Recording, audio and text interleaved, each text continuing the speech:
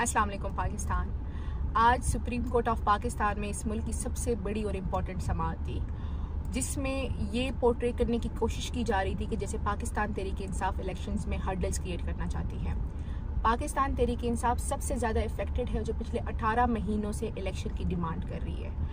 हम इलेक्शन ना एक दिन आगे लेके जाना चाहते हैं ना एक दिन पीछे। 8 फरवरी को हम इलेक्शन चाहते हैं, लेकिन हम चाहते थे कि जो सबसे इम्पॉर्टेंट इलेक्शन है वो मुल्क की जो आला अदलिया है उसकी मातहत अदलिया के तहत हो और उनको DROs मुकर्रर किया जाए। जिस तरीके से इस मुल्क की हिस्ट्री है कि 1988 से आज तक तमाम इलेक्शंस में इस मुल्क की अदलिया DROs बनाई गई है।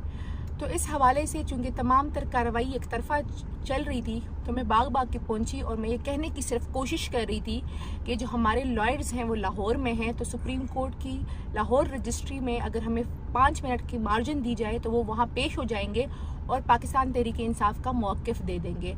और इस तरीके से पाकिस्तान तहरीक इंसाफ पे इल्ज़ामात नहीं लगाने चाहिए।